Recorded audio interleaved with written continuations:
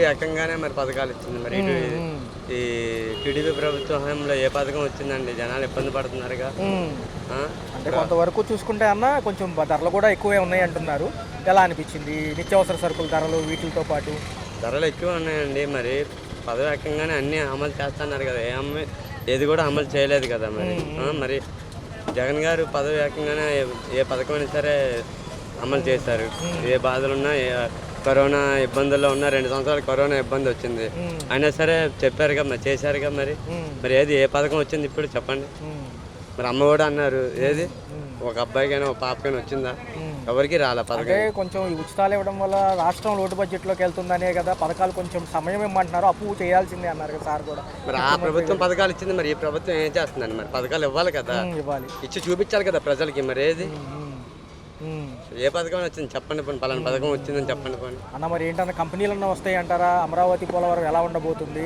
మరి విశాఖపట్నం ఏదన్నా తీర్చిదిద్దాలన్నా కానీ మరి ముందుకెళ్ళాలని టైం పడుతుంది అంటున్నారు. ఏమవుదండి, టైం పట్టిద్దండి. అలాగే నెట్టుకు వచ్చేస్తారండి. గత 4 సంవత్సరాలు 5 సంవత్సరాలు అలాగే ఇంక నెట్టుకు వచ్చేస్తారు. ఏ పథకం రాదు, ఏమీ అవ్వదు, ఏం జరగదు కూడా. జగన్మోహన్ రెడ్డి ముందే చెప్పారు కానీ ఇవన్నీ అమలు అవ్వు అని. మరి చెప్పారు కదా. మరి ఆయన కూడా ఎన్నో చేశారు, మరి తెలియదు అనట్లా. ఎందుకంటున్నారంటే పాపం ఆయన అయితే అన్ని అందించారు. నిజమే, అన్ని అందించారు. ఎందుకంటే కరోనాలో కూడా ఇచ్చారు కదా. 2 సంవత్సరాలు కరోనా బాధ పడ్డారు, అయినా సరే ఏది కూడా జనాలు చేస్తారు. అంటే ఈ హామీలు ఇప్పుడు ఈ కూటమి ప్రభుత్వం ప్రకటించినప్పుడు ఎలక్షన్స్ టైంలో డబుల్ బడ్జెట్లు అండి అవ్వవు, నిజంగా నేను చేసిందే సంక్షేమము, ఇవన్నీ కూడా కళ్ళబుల్లి కబుర్లని ఆయన చెప్పారు. ప్రజలు ఎలా ఎక్కువ వస్తాయేమోనని వేసారు. ఇప్పుడు ఎలా ఉంది? అందరూ ప్రజలు ఇంకా అర్థం చేసుకుంటారండి ఏ ప్రభుత్వం బాగుంటుంది అనేది. అందుకే తెలుసు ఇంకా అది. పాపం సామాన్యుడి పరిస్థితి ఏంటంటే 4 ఏళ్ళు ఇంకా అంతేనంటారా? అంటే మరి వాళ్ళు అమలు చేసి చూపించాలండి. చూపిస్తేనే కదా ప్రజలకి మేలు చేస్తేనే కదా ఏ ప్రభుత్వం అయితే నిలబడేది. మేలు చేస్తే మాయా ఏమీ ఉండదు. అంతా డబ్బింగ్ చేతితో ప్రజలకి మోసం చేసి అరచేత్తో స్వర్గం తప్పితే ఏ ప్రభుత్వం వచ్చినా కానీ సామాన్యుడికి ఏమీ చేయదు. ఈ ప్రభుత్వం వచ్చిందా? ధరలు ఏమైనా అదుపు చేసిందా? కేజీ ఎంత రేటు ఉన్నా చూసారా? బయట బోర్డు రేట్ ఒకటి, వాళ్ళు అమ్మే రేట్ ఒకటి. ఏమన్నంటే వాడు లేడండి, వీళ్ళు లేడండి వాళ్ళు లేడండి చెప్తున్నారు. రేపు అంతా దళారీ దోచేసుకున్నారు. జిఎస్టీ పెరుగుతుంది అంటున్నారు సార్ వచ్చే ఆర్థిక సంవత్సరం. ఎందుకండి పేలాల మీద జిఎస్టీ ఏంటంటే సామాన్య పేలాల మీద నిర్మలా సీతారామన్ అసలు ఆవిడకి ఏమైనా అర్థం ఉందా? పంచదార కలిపింది అయితే ఒక రేట్ అంట. ఒక సామాన్యుడు పేలాలు తింటే వాడికి అంత జిఎస్టీ ఎందుకు చెప్పండి? సామాన్యుడు దోచుకోకపోతే మోడీ ప్రభుత్వాన్ని ఉద్ధరించిందా? ఏమీ లేదు. ప్రజలకి భారం తప్పితే ఏమీ చెయ్యదు సార్. ఉప ముఖ్యమంత్రి గారు అంటున్నారు, పాపం వాళ్ళ పరిస్థితి ఏంటి సార్? ఏమి లేదు సార్. ముఖ్యమంత్రి కూడా ఏమి లేదు సార్. ఏ ముఖ్యమంత్రి ఆంధ్ర ఇందిరా సోనియా గాంధీ ఆ రోజులో ఒకే మాట చెప్పింది, ఆంధ్ర బెడగొట్టడానికి చంద్రబాబు నాయుడు కారణం, అన్ని ప్రభుత్వాలు కారణం. ఒక్క సిపిఎం సిపిఎల్ తప్పితే కాగితం మీద సంతకం పెట్టలేదు. అన్ని కాగితాల మీద సంతకం పెట్టారు. వీళ్ళు బెడగొట్టింది వీళ్ళు, నాశనం చేసింది వీళ్ళు. వాళ్ళ సంపాదన కోసం నాశనం చేశారు. పవన్ కళ్యాణ్ గారి పరిస్థితి ఏంటి? పవన్ కళ్యాణ్ కూడా ఏం లేదు సార్. పవన్ కళ్యాణ్ కూడా చంద్రబాబు నాయుడు బట్టి ముందు తొక్కేస్తాడు, సమస్య లేదు. అంటే పథకాలు అవుతాయా? చాలా ఏమే అవ్వవు సార్. అమ్మ కూడా అన్నాడు జగన్ గారు, ఆయన పథకం పెట్టాడు, ఈయనేం చేశాడు? చూస్తానన్నాడు, అయిపోయింది. ఈ ఏడాది అయిపోయింది, మళ్ళీ వచ్చే ఏడాది అంటున్నాడు. వచ్చే ఏడాది నమ్మకం ఏంటి? నువ్వు పెడతావని ఏ పథకం నమ్మకం ఉంది? వాడు అన్నం పెట్టాడు, వీడు అన్నం తీసేస్తున్నాడు. వాడి పేరు పెట్టాడు, వీడి పేరు తీసేస్తున్నాడు. ఆరోగ్యశ్రీ మరి ఆరోగ్య బీమా అంటున్నారు సార్. అసలు ఏమీ లేదు సార్. ఇవన్నీ చంద్రబాబు నాయుడు గారు తెలిసిందే. అంత మాయ, ఏమీ లేదు. స్వర్గం అరచేత్తో స్వర్గం చూపిస్తాడండి, ఏమి ఉండదండి, అంతే. సంక్షేమం ఈ ప్రభుత్వాలు డెవలప్మెంట్ అంటున్నాయి. ఒక పక్క బాబు గారు ఉన్నారు, ఒక పక్క లోకేష్ గారు, ఒక పక్క పవన్ కళ్యాణ్ గారు. బహిరంగ లాట వేశారు, నాకు ఎటువంటి పదవి సీఎం పదవి వద్దని ఈయన ఎవరైతే పవన్ కళ్యాణ్ గారు ఉప ముఖ్యమంత్రిగా ఉన్న ఆయన మళ్ళీ ముఖ్యమంత్రి చేద్దామని కాసేపు అంటున్నారు. ఎలా ఉన్నాయి ఇవన్నీ? ఎలా ఉన్నాయి అనిపిస్తుంది? గత 4 రోజులుగా ఇదే చర్చ. పవన్ కళ్యాణ్ గారు అయితే ఉన్నా లేకపోయినా చేసే మనస్తత్వం ఆయనకైతే సంపూర్ణంగా ఉందండి. ఆయనకి ఏ పదవైన దానికి ఆశ లేదు. ఏదైనా మంచి చేద్దామనే తపన ఉంది ఆయన. పదవి ఉన్నా లేకపోయినా వాళ్ళు చేసిన ఆయనకి సమర్థించుకునే మనస్తత్వం ఉంది. ఆయన చేయకుండా వాళ్ళు చేసిన ఆయన సమర్థించుకునే మనస్తత్వం. ఈయన పవన్ కళ్యాణ్ గారు చేస్తే వాళ్ళకి సమర్థించుకునే మనస్తత్వం ఉందో లేదో తెలియదు, కానీ ఈయన వాళ్ళు చేసినా సమర్థించుకునే మనస్తత్వం ఉంది. ఈయనకు ఆ మనస్తత్వం ఫుల్గా కనపడుతుంది, అర్థమవుతుంది. వాళ్ళకైతే లేదు, మేమే చెయ్యాలి, ఇది వెళ్ళాలి. ఇప్పుడు ఎట్టుగా నేను ఉండిపోయాడు ఏంటన్న ఫీలింగ్ వాళ్ళలో కనపడుతుంది, వాస్తవంగా తెలిసేది. ముందుకు 7 నెలలు పాలన 7 నెలలు పాలన అయితే బాగానే చేస్తున్నాం. ఇప్పుడు ఎట్ట చేయాలా ఏంటని ఆలోచిస్తున్నారు. ఆయన కింద మనో మీద పడి వేసాడు, మేము మొత్తం అని ఏ చేస్తామని తీసుకొచ్చారు. మేము సూపర్ 6 ఇది చేస్తాం అన్నారు. ఇప్పుడు చెప్పినందుకు మొత్తం వేయాలి. ఎడ తీసుకొచ్చేస్తారు? ఆడున్నప్పుడు జనాన్ని సోమరపోతులు చేశాడు ఆడన్నాడు. కరెక్టే, సోమరపోతులు చేశాడు అన్నాడు. వాడు అందరికీ వేసాడు, తెలియక కొత్త పీసుడు ఏదైనా అందరికీ వేసాడు. ఈయన మరి అందరికీ వేయకుండా సోమరపోతులు చేయకుండా జనాన్ని ఎడసాగదవుతాడో చూడాలి. వేయకూడదు సోమరపోతులు అని చెప్పాడు కాబట్టి ఈయన తెలుగుగలడు, చదువుకున్న వ్యక్తి. మరి ఏదో నాకైతే చదువు లేదు కానీ ఎక్స్పీరియన్స్ వ్యక్తి కాబట్టి డబ్బులు వేయకుండా జనాన్ని సోమరపోతులు కానివ్వకుండా చేయగలుగుతాం. అంటే సార్ ఇక్కడ ఇంకో అంశం మెయిన్గా వినపడుతుంది. పవన్ కళ్యాణ్ గారు ఏదో వచ్చినా ఒప్పుకుంటున్నారు, తప్పు ఉంటే తప్పు ఉందని చెప్పి. దానివల్ల ఈయన ఏమైనా పార్టీకి వ్యతిరేకం అని చెప్పి పక్కకు తీద్దామని ఏమైనా ఉందా? ఈయన పక్క తీసే అవసరంలా. అసలు ఈయన ఎటు నిలబడితే అట్టే. అసలు నేను పక్క తీసేదంటే అసలు ఈయన పక్క తీస్తే ఈయనకు లేదు. ఈయన పక్క తీస్తాం కాదు, ఈయన వెనకమాల పడి ఇల్లు వెళ్తామే. ఈయన పక్క తీస్తే అసలు ఇల్లు పక్క వెళ్ళిపోయినట్టే. నేను అంటున్నా మాట కాదు, ఈయన ఫాలోయింగ్ని బట్టి, ఈయన పరిపాలన బట్టి అంటున్నాను. ఈయన పక్క ఈయన బట్టి వచ్చారు వీళ్ళు, ఈయన బట్టి వచ్చారు తప్ప ఈయన బట్టి వీళ్ళు రాలా. అది నేను అంటున్నా మాట, ప్రజల్లో మాట. ఈ ఫిబ్రవరి నుంచి ఇచ్చే ఏదైతే ఇళ్ల స్థలం పథకం అమలు అంటున్నారు, ఇస్తారా నిజంగానే? ఎందుకంటే ఇవ్వచ్చు, ఇవ్వపోతు. ఆల్రెడీ ఉండోడు ఇచ్చాడు, ఇచ్చి చూపించాడు. ఇచ్చి చూపిస్తే వీళ్ళు ఇది, లేకపోతే లేదు. వాళ్ళతో పరిపాలన వస్తుంది. ఈ విజయసాయి రెడ్డి గారు రాజీనామా వ్యక్తిగతం అంటున్నారు. గత 2 రోజులుగా చర్చ జరుగుతుంది పాత ప్రభుత్వం సంబంధించి. ఎలా అనిపిస్తుంది? విజయసాయి రెడ్డి గారా ఏమండి, ఆయన కుడుపులా ఉన్నాడు. ఆయన ఉండా లేకపోతే జగన్మోహన్ రెడ్డి ఒక్కడో ఉండి ఇచ్చేసుకోడు. వాళ్ళందరూ వెళ్ళిపోయి ఆయన ఒక్కడో ఉంటాడు, రాగలరు. ఆయన ధైర్యమేడు. ఆయన ఎవరో చెప్పి ఎవరో వెనక తీసే వ్యక్తి కాదు ఆయన. ఒక మాట చెప్తుంటారు, ఆయన పేదోడు ఉండడం లేకుండా చేశాడు అందరికి.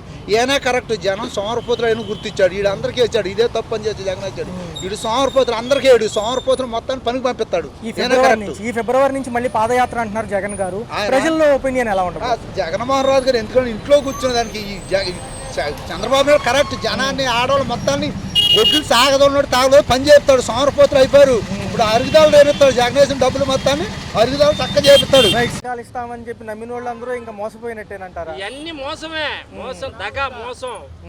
ముఖ్యమైన అసలు ఎలక్షన్ కోళ్ళు ఇవన్నీ మోసం చేశారు. రెగ్గింగ్ చేసి మోసం చేసి గెలిచింది. ఎలక్షన్ కమిషనరే మోసగాడు. ఎలక్షన్ కమిషనర్ మోసగాడు రెగ్గింగ్ చేసి జగన్ గారికి అందరూ ఓట్లేశారు. పింఛన్ తీసుకున్న ప్రతి ఒక్క పింఛన్ తీసుకున్న వాళ్ళందరూ ఓట్లేశారు. ఓట్లు వేయలేదని చెప్పి మాట చెప్పి అవన్నీ చింపేశారు. చాలా చింపేసి పథకాలన్నీ చేసి అమలు చేసి జగన్ గారు చేసినవన్నీ తొక్కేశారు, కొంగ తొక్కారు. ఇదే ప్రభుత్వాలు గతంలో ఏమన్నాయంటే కరోనాలో కూడా పథకాలు అమలు చేసిన జగన్మోహన్ రెడ్డిని అప్పులు పాలు చేస్తున్నారు, శ్రీలంక బీహార్ అయిపోతుంది, అప్పులు చేస్తున్నారు. మొన్నటికి మొన్న సాయంత్రం ఈయనేమన్నాడు, అప్పు పుడితేనే పథకాలు అంటున్నారు. మరి అప్పు చేయాలి. ఏం చేసింది అమలు చేసి ఏం చేస్తున్నాడండి ఈయన? మొన్న తుఫాన్ వచ్చింది, 100 కోట్లు వచ్చినాయి. ఏమైపోయింది ఆ డబ్బు? ఎక్కడికి వెళ్ళిపోయింది ఆ డబ్బు? నేను అవి ఇచ్చాను అంటాడు. ప్రజలు ఇచ్చిన డబ్బులు ప్రజలు ఇచ్చిన ఏమైపోయింది? వాటర్ బాటిల్కి ఇంత ఇచ్చాను, పులిహారకి ఇంత పెట్టాను అంటున్నాడు. అవన్నీ ఏమైపోయింది? ప్రజలు పెట్టింది ఏమైపోయింది? ఈ డబ్బులు సినిమా యాక్టర్లు అందరూ ఇచ్చారు, కొన్ని 100 కోట్లు ఇచ్చారు. ఆ డబ్బు ఎక్కడికి వెళ్ళిపోయింది? ఎంత మోసం దగా. మొన్న వారం క్రితమేమో ఉప ముఖ్యమంత్రిని ముఖ్యమంత్రి చేద్దామని, లేకపోతే మార్పుదామని చెప్పి ఈ హడావుడి సరిపోయింది. అసలు సంబంధం లేని అంశాలతో గజిబిజి కన్ఫ్యూజన్ చేశారు జనాల్ని. తీరా బహిరంగ లేఖలు రాసుకుంటున్నారు, మేము త్యాగమూర్తులం అన్నట్టుగా అన్ని త్యాగాలు చేస్తారు. ఇలాగే మోసం చేసుకుంటూ నడుపుతా ఉంటారండి.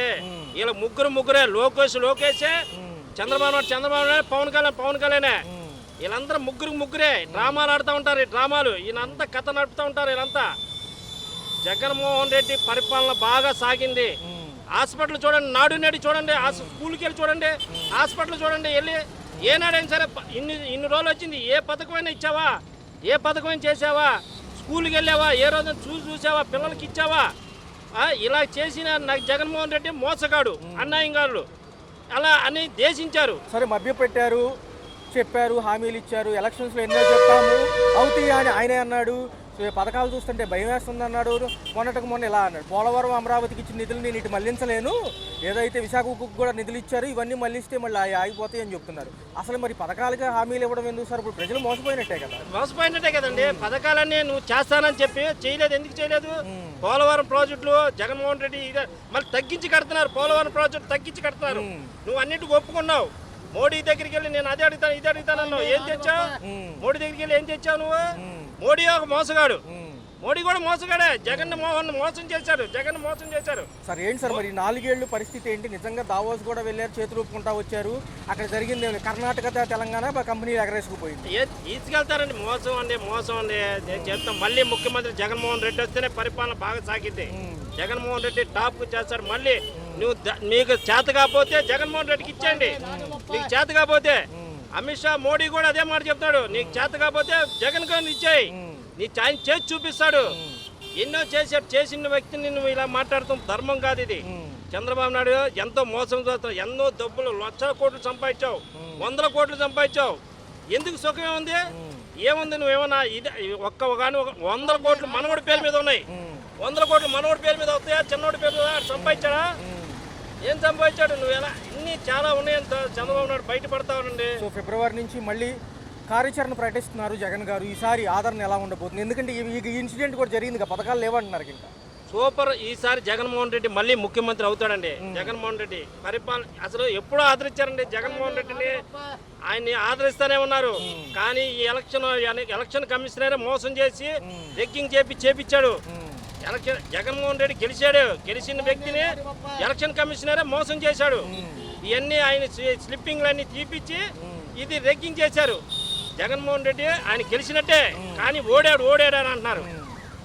ముమ్మాటికి మళ్ళీ ముఖ్యమంత్రి జగన్మోహన్ రెడ్డి అయితేనే పిల్లల భవిష్యత్తు బాగుంటాయి, స్కూల్లో బాగుంటాయి, నాడు హాస్పిటల్ బాగుంటాయి.